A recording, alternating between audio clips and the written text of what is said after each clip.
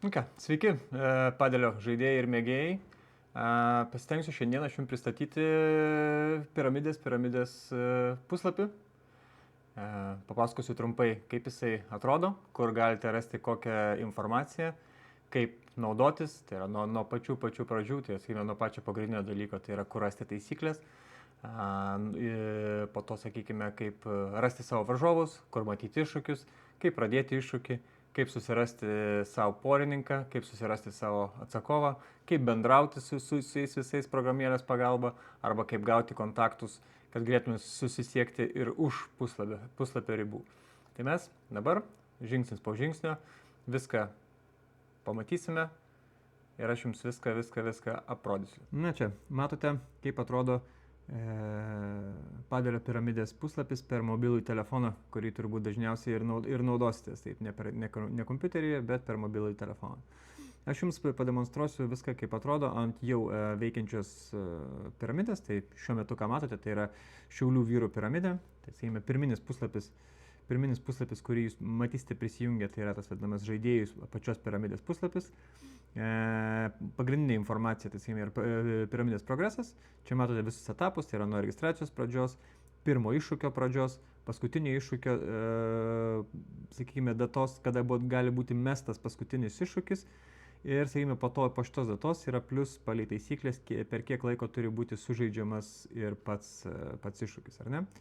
Finalinis turnyras irgi būna priskirta data. Šią akimirką Šiauliams dar nėra organizatorių sugalvota, bet kai bus nustatyta data, jinai iš karto atsiras čia, ar ne? Tai vėlgi, čia jūs matote, sakykime, zoną, tai yra žaidėjai. Tai visi žaidėjai palei savo poziciją. Čia jau, kadangi piramidė yra gerokai įsibėgėjus, tai, sakykime, jau čia žmonės šitas pozicijas yra užsikovoję prakaitų ir krauju, ar ne?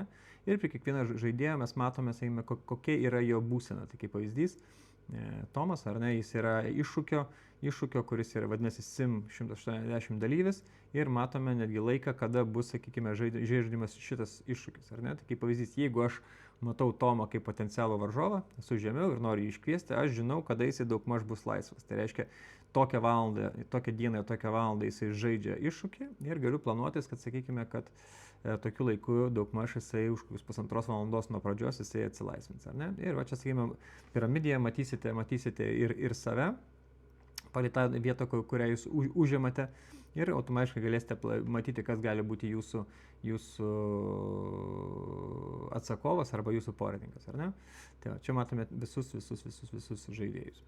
Taip, dabar, sakykime, tokia situacija, kad jeigu jūs gavote iššūkį, ar ne, kaip pavyzdys, jūs esate atsakovas ir jūs turite 48 valandas susirasti porininką, bet esame labai daug žemiau yra užimtų, pavyzdžiui, visi yra iššūkyje, traumuoti iššūkyje, negalima imti jų, sakykime, tarsi, ir jums sunku planuoti. Tai yra toksai variantas, einame į filtrus ir užsidedam laiko filtrą. Tai kaip pavyzdys, pavyzdžiui, jeigu aš žinau, kad man reikia susirasti porininką iki 24 dienos, kaip pavyzdys 15 valandos 40 minučių, ar ne? Aš įsijungiu filtrą, sistema išfiltruoja ir aš matau, sakykime, visus žaidėjus, netgi jeigu jie yra sužeisti, traumuoti, iššūkyje ar kokį kitą, sakykime, turintį statusą, bet jeigu jie atsilaisvins iki kitos datos, man išfiltruoja būtent visus tos. Ir aš jau galiu matyti, nors žaidėjas nėra laisvas, jo rinktis dar negaliu, bet jau galiu aš su juo tartis, bandyti derinti, ar jisai sutiks būti mano porininku, atsakovo porininku, čia jau palei situaciją, sakykime, matysite, ar ne?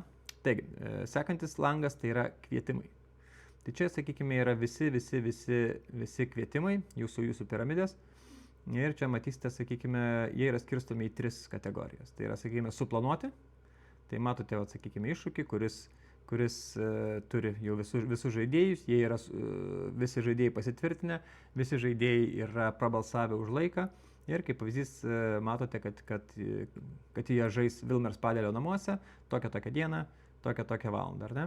galime paspausti šitą mygtuką, automatiškai jis nusiūs jūs į Google kalendorių ir galėsite automatiškai paspausti vieno mygtuko paspaudimu, turėti priminimą apie šitą iššūkį. Ar tai norėsite pažiūrėti, ar tai laukite rezultatų, ar tai čia yra jūsų iššūkis ir jūs norėsite, kad nepamiršt, kad reikia sužaisti, ar ne. Šitas iššūkis skaitosi top, nes palei taisyklės jame žaidžia, sakykime, 3 žaidėjai iš top pozicijų, 3 ar daugiau, tai va, sakykime, 3 žaidėjai patenka, vienas ne, tai automatiškai sistema, sakykime, skaito, kad tai yra top iššūkis, ar ne. Čia yra ženkliukas pinigo, tai reiškia, kad šitas iššūkis yra su bauda, ar ne. Tai taisyklėse rasite tokį punktą, kad per kiek jūs galite kviesti žaidėjus be baudos, sakykime, ir po to jau, jeigu viršyje tas kiekis, kaip pavyzdys, sakykime, šitoje piramidėje palei taisyklės top 16 žaidėjai gali kviesti tik per 3 vietas į viršų. Tai Vilhelmas nori išsikviesti Emilį, Emilis yra aukščiau nei 3 vietos, automatiškai vienintelė galimybė kviesti Emilį yra metant iššūkį su bauda. Iššūkį su bauda šešioje piramidėje, tai reiškia, kad jeigu Vilhelmas pralošia, jisai moka 50 eurų, plus apmoka korto ir kamuoliukus. Jūsų piramidai gali būti skirtingos taisyklės, skirtingi sumos ar skirtingos sąlygos, bet vėlgi visą informaciją matote čia. Taip, tai va, čia matome iššūkius, kurie jau yra suplanuoti ir žmonės jau yra pasiruošę žaisti. Planuojami iššūkiai yra, sakykime, šitoj viduriniai eilėj. Tai yra iššūkiai, kurie pavyzdys, nors jau turi visus 4 žaidėjus, bet gal kažkas nėra patvirtinęs dalyvavimo, gal dar jie nėra visi prabalsavę už bendrą laiką, ar tai, sakykime, ar tai kažko tai trūksta. Ta galim sužinoti mes jie į bet kurį iššūkį, tai, sakykime, yra visi terminai. Ir čia matom, atsiprašau, kad ar tai jūsų iššūkio, ar tai bet kurio kito, ar kas yra neįvykdyta. Tai jie kol kas nėra dar suplanavę žaidimų, nėra visi prabalsavę už jiems tinkamą laiką.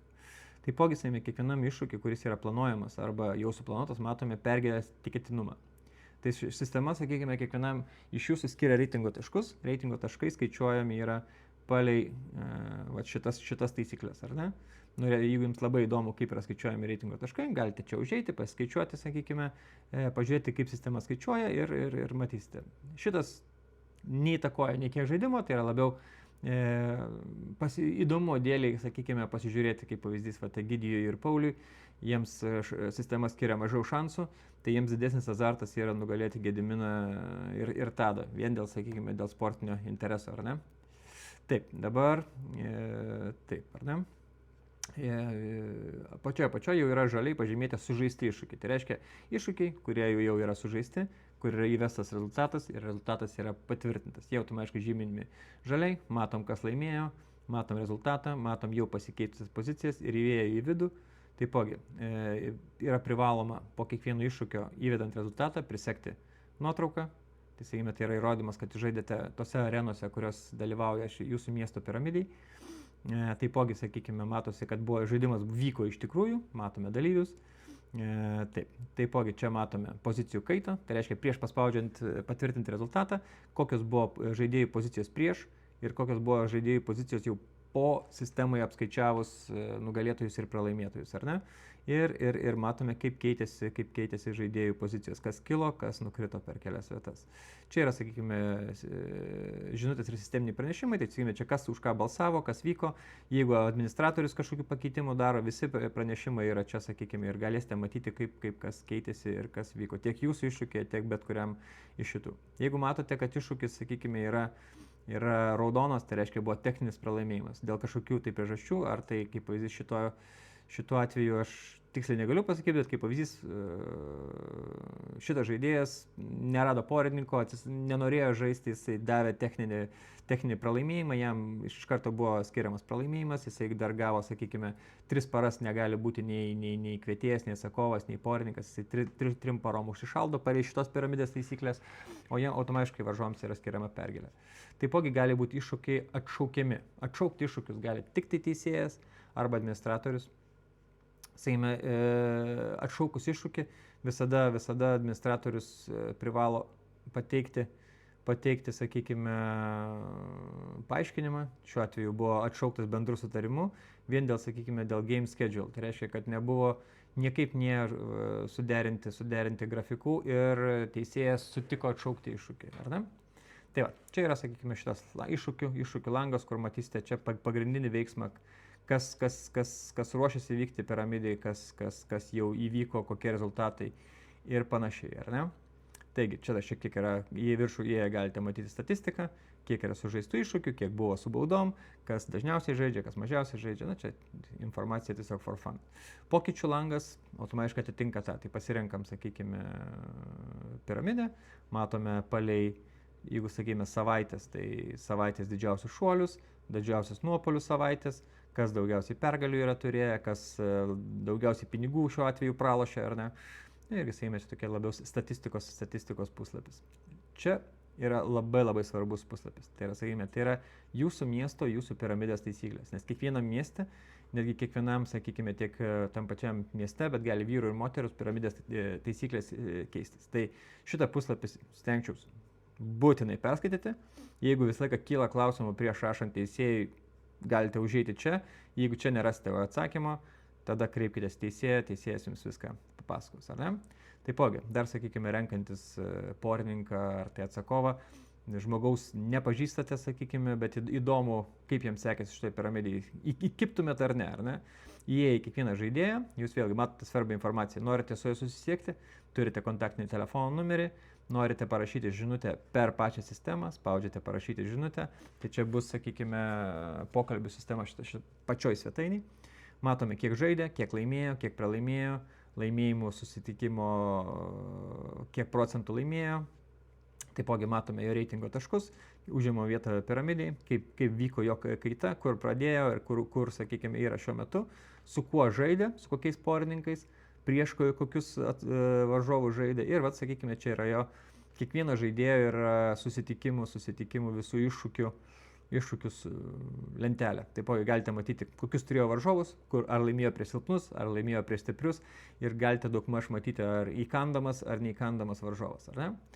Tai taip, dabar, sakykime, eina toliau prie gana svarbios dalies, tai yra pokalbių. Pokalbiuose čia rašo, kad aš negaliu kalbėti, aš tada gal prisijungsiu prie kito userio, kur matysime, kaip veikia šitą sistemą. Taip, prisijungiau prie tokios testinės piramidės, vadinkime, ar ne. Ir dabar įėjus į čia, aš matau visus, sakykime, pokalbius. Tai jeigu jūs esate kažkokio iššūkio dalis, automatiškai susikuria automatiškai į iššūkio pokalbis. Čia įėjus yra visi iššūkio dalyviai ir aš galiu rašyti ir bendrauti su visais iššūkio dalyviais. Derinti laiką, derinti kažkokius, tai sakykime, klausimus, kad visi esate vietoje, kad nereikėtų per 15 platformų susirašinėti ir nereikėtų žmogaus ieškoti kitose kažkokiose platformose, gal, sakykime, ar tai Viber'e, ar kur jūs nežinote tiksliai, kaip jūs užsivadinės ir panašiai. Tai taip, taipogi galite bendrauti čia su nebūtinai grupėse, bet su bet kuriuo piramidės dalyviu, ar ne? Viršui visą laiką jūs matysite administratorius. Tai sakykime, kaip jūs matote, Andrius yra Mažeikių administratorius, Edvinas yra Klaipėdos ir Šiaulių administratorius, Monika yra Mažeikių administratorė, ar ne? Tai kaip pavyzdys, ir dar jūs matysite, kad mane Tadas yra super adminas. Tai reiškia, aš esu atsakingas už visą platformą, bet labiau už techninę dalį. Sakykime. Tai kaip pavyzdys, jeigu jums reikalingi klausimai apie jūsų piramidės taisyklės ir jūs esate, kaip pavyzdys, Mažeikiuose, rašote Andriui ir jisai gaus jūsų žinutę, ar ne? Taipogi galite ieškoti per searchą visų žaidėjų, sakykime, visų Tadų šiuo atveju. Ir per šitą vyksta pokalbiai. Ateina push notification jums į telefoną, veikia neidealiai, bet veikia, ar ne? Taip, toliau mes turime savo profilio informaciją. Čia galite pasikeisti nuotrauką. Rekomenduoju įsidėti tikrą, sakykime, savo veidą, nes dažnai žmonės jūs iš vardo ar tai pavardės gal nežino, bet kažkur veidą tikrai matė kortą ir lengviau bus rinktis jūs, ar jums bus lengviau rinktis, ar tai porininką, ar atsakovą, kai bus realus veidas, ar ne? Taipogi, vardas pavardė, mailai, telefonai, jeigu norite koreguoti, slaptažodį pasikeisti, viską rašite čia. Pranešimai. Čia yra labai svarbi vieta, sakykime, tai čia yra instrukcija, kaip palei jūsų įrenginį pasidaryti svetainės nuorodą ant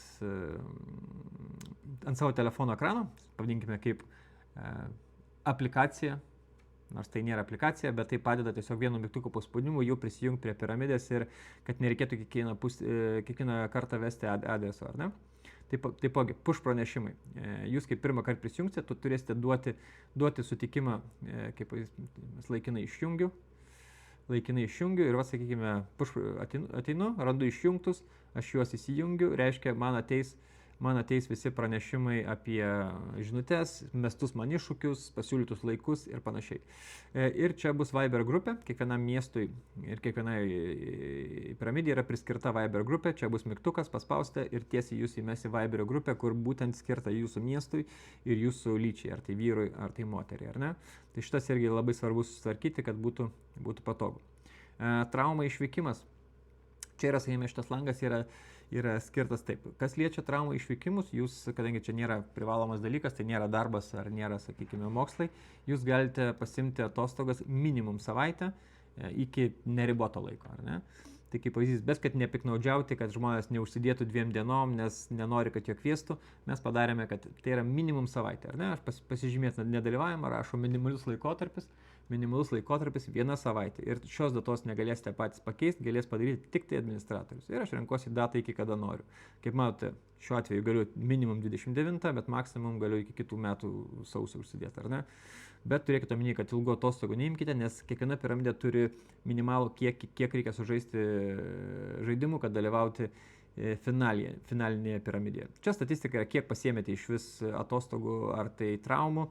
Kol kas dar nei viena piramidė neribojo kiekių, nebuvo jokių baudų, bet administratorius, jeigu sugalvos, kad visi labai piknaudžiauja šitą vietą, kaip pavyzdys gali užduoti per 3 mėnesius 3 atostogas arba 3 traumas, jeigu viršijo tai kiekį, kaip pavyzdys už kiekvieną papildomą, nežinau, kažkokią tai baudą. Bet čia jau yra kiekvienos piramidės administratoriaus teisėjo sprendimas, ar ne?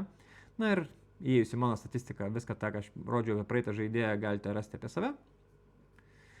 Čia labai, aišku, paskyros ištrinimas, tai yra paspaudus čia, labai viską aiškiai pasako, kad tiesiog jūs būsite visiškai ištrinti iš piramidės, jūsų paskyros nebelieka, nei statistikos, nieko nebelieka. Tai su šitą vietą atsargiai, nes nesinorėtų prarasti labai sunkiai iškovotos vietos, ar ne? Taip, dabar einam prie pagrindinio dalyko, tai yra, sakykime, visa iššūkio sistema. Tai kaip pavyzdys, aš esu čia vykstanti piramidė, jinai testinė, kadangi palištas taisyklės, aš matote, galiu kviesti tik tai irgi va čia iki top grupės tik 3 žaidėjus be baudos, likę su baudo, jau daug maž čia viską matau, galiu matyti save, matyti žemiau esančius žaidėjus ir žiūrėti, kas yra viršuj manęs ir kažką planuoti, ar ne? O mesti iššūkį galim 2 būdais. Yra didelis mėlynas mygtukas čia, arba visur programėliai puslapyje jūs persikėja šitą ikoną, ar ne? Tai yra čia call to action. Tai reiškia, šita ikona yra visą laiką bus jūsų aktualiausias, kas šią akimirką jums reikia daryti. Tai šiuo metu, daleiskim, mes norime mesti iššūkį. Atsidaro langas, aš turiu rinktis porininką ir turiu rinktis atsakovą, ar ne? Tai pasirenku porininkas ir gali būti bet kuris žaidėjas žemiau manęs.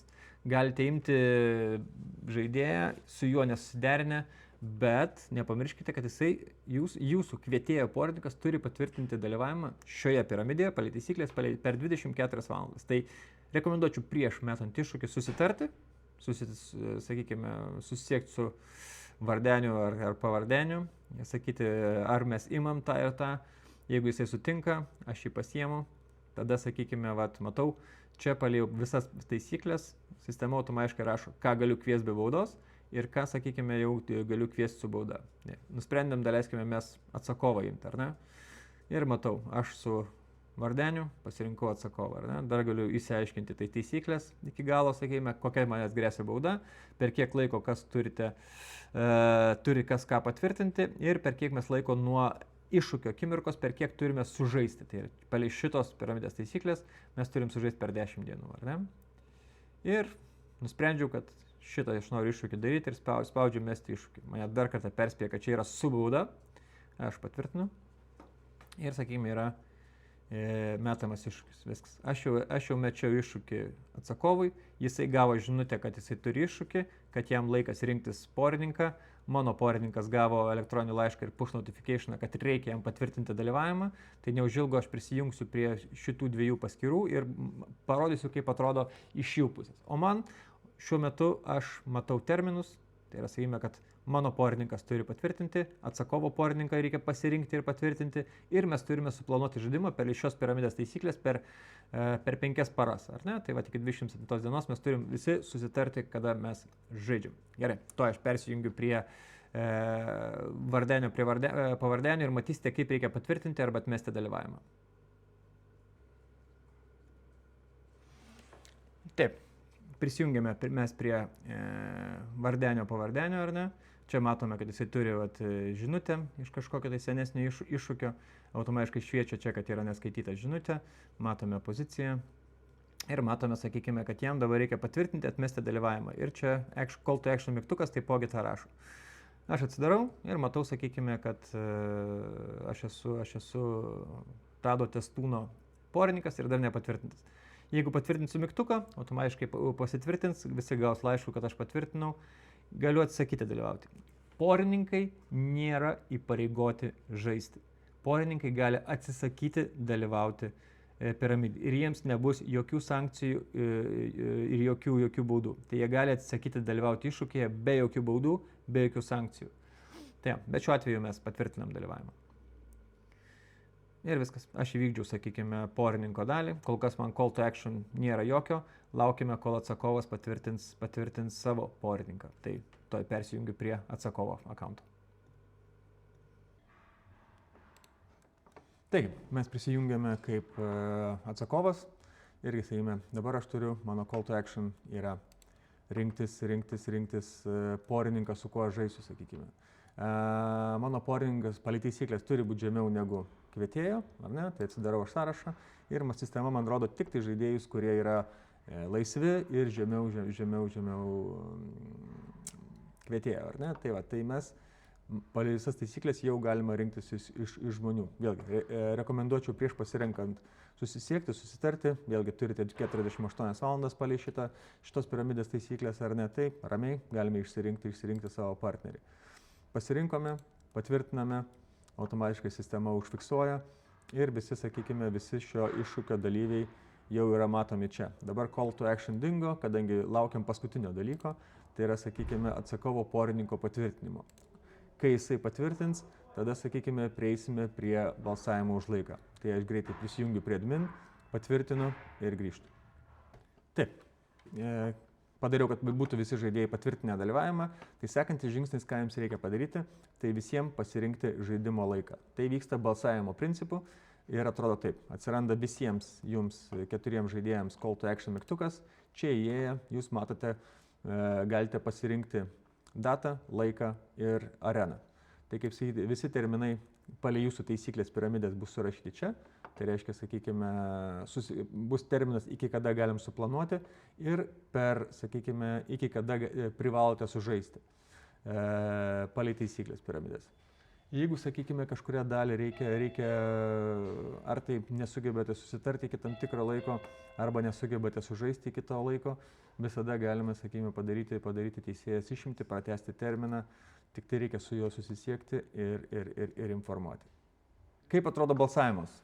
Ir laiko siūlymas, ar ne? Kadangi kol kas dar niekas nepasiūlė laiko, tai laiko siūlymas atrodo taip. Pasirenku datą, pasirenku laiką, kaip pavyzdys, ir pasirenku vieną iš galimų arenų. Tai čia priklausys palei taisyklės, kuriuose arenose galite žaisti. Ir spaudžiu pasiūlyti laiką. Visi iššūkio dalyviai gaus pranešimą, kad yra pasiūlytas laikas, ir jie prisijungia prie savo paskyros, matys pasirinkimą ir galės balsuoti už pasiūlytą laiką arba siūlyti savo laiką. Tai to aš prisijungsiu prie kitos paskyros ir parodysiu, kaip atrodys balsavimas už laiką. Taigi, prisijungus prie šitos paskyros, kurie yra testo Testūno, matau, jog yra pasiūlytas laikas, arena. Jeigu mes, sakykime, bendram pokalbyje, ar tai kažkur kitur visi tarėmės, tai tiesiog ateinu, paspaudžiu balsuoti ir viskas yra tvarkoje. Ne? Šitas laikas man tinka, paspaudžiu, matosi jau 2 prabalsavo, liko 2 neprabalsavę. Tai sakykime, ir kol kas niekas nepasikeis, kol visi bendrai nenubalsuosite laiko. Tai aš tuoj per admin padarysiu, kad visi būtų prabalsavę ir parodysiu, kaip tada atrodo rezultatų suvedimas. Taip, matome, kad visi žaidimo dalyviai nubalsavo, kad žaidimo data visiems tinka ir dabar, sakykime, žaidimas yra laukia žaidimo. Tai kaip pavyzdys, sakykime, atėjo laikas ir mes jau sužaidėm ir mes norime įvesti rezultatą. Tai palei taisyklės rezultatą veda nugalėjusi komanda, tai yra nugalėtojų komanda, vienas iš dalyvių, spaudžia įvesti rezultatą, pasirenka, kas yra nugalėtojas ar ne, tai kaip pavyzdys šituo atveju esu aš, ir rezultatas yra rašomas visą laiką, sakykime taip, yra pirmas skaičius kvietėjų, antras atsakovų. Tai pavyzdžiui, šiuo atveju, kaip pavyzdys, 6, 3 ar ne 6 ir 10, 9, ar ne? Tai būtų nugalėtojas šitie. Jeigu būtų nugalėtojas šitie, rezultatas atrodytų taip. Bet jeigu būtų sužaista identiškų rezultatų, ar ne, tai tada būtų 3, 6, 6, 3 ir 9, 11. Tai tada nugalėtojai būtų šitie. Tada privalu pasirinkti nuotrauką iš arenos, ar ne, kurioje žaidėte. Mes paimsim, na, sakykime, bet kokį pavyzdį. Prisegu nuotrauką, pasitikrinu, ar viskas gerai, spaudžiu išsaugoti rezultatus ir vyksta rezultatų saugojimas, ar ne? Dabar matome, kad laukia rezultato patvirtinimo. Tai reiškia, rezultatą patvirtinti turi kitos komandos narys. Tai prisijungiu. Taip, prisijungiau kaip, sakykime, kitos komandos narys ir matau call to action, kad reikia patvirtinti rezultatą. Įsijungiu, pasižiūriu, ar teisingai viskas suversta, ar tikrai tai buvo, pasitikrinu, ar nugalėtojas yra tas ir matau, kas įvedė rezultatą, sakykime, matau nuotrauką ir spaudiu patvirtinti rezultatą. Automatiškai įvyko, iššūkis tapo sužaistas, įvyko pozicijų apsikeitimas palei taisyklę, sakykime, jeigu, sakykime, laimi kvietėjai, jie abu eina aukščiau už atsakovą, jeigu laimi atsakovai, tai atsakovo porininkas eina aukščiau už kvietėją. Įvyko pozicijų kaita, žaidėjai gavo atitinkamus statusus, tai aš kaip atsakovas gavau statusą neliečiamas, palei šitos piramidės taisyklės yra 48 valandas, manęs niekas negali kviesti, aš galiu kviesti arba būti porininku. Kvietėjas gavo statusą, žaidėjas negali kviesti, tai reiškia jisai, kad nekviestų viens po kito ir jo nieks negalėtų iškviesti, jisai 48 valandas nieko kviesti negali, jį gali kviesti visi, jisai gali būti kito iššūkio porininku. To iššūkio porininkai gavo tiesiog statusą laisvas, be jokių papildomų statusų. Tai sakykime, grubiai taip atrodo iššūkių metimas, tikiuosi viskas yra pakankamai aišku ir tvarkinga. Visais, kaip ir sakiau, klausimais galite rašyti ar per čia, ar per Viberį, ar skambinti. Jeigu kontaktų, kas yra jūsų piramidės administratorius, apačioje rasite mygtuką. Čia bus, sakykime, vardas pavardė, mailas žmogaus, kuris yra jūsų adminas ir telefono numeris. Taigi, ką tik pamatėte, kaip atrodo visa programėlė iš vidaus, kaip jį naudotis, kur ką rasti. Tikiuosi, daug papildomų klausimų jums nekils, bet kokiu atveju, jeigu kyla klausimų, kas liečia patys programėlės darbą, kreipkitės į mane. Jeigu kyla klausimų, kas liečia taisyklės, nesutarimus, ginčius ir kitus dalykus, kas liečia teisėją, sakykime, kreipkitės į savo miesto, į savo, sakykime, piramidės teisėją. Jo kontaktus rašite puslapio apačioj, kur yra kontaktai. Visais kitais klausimais galite kreiptis į mane, jeigu manote, kad kažkas tai neveikia ar kažką tai reikėtų tobulinti, lauksiu jūsų komentarų visada. Tai ką, gerų iššūkių, gerų žaidimų ir svarbiausia, sakykime, stenkime visi laikytis piramidės taisyklės, jog tai yra draugiškas formatas, viskas turi vykti draugiškai, vien dėl gerų emocijų ir gero žaidimo. Nereikia vienas kitam perpjauti gerklės, kai sakant, dėl tos pirmos vietos. Gerai, visiems gerų žaidimų ir susitiksime kortą. Ate.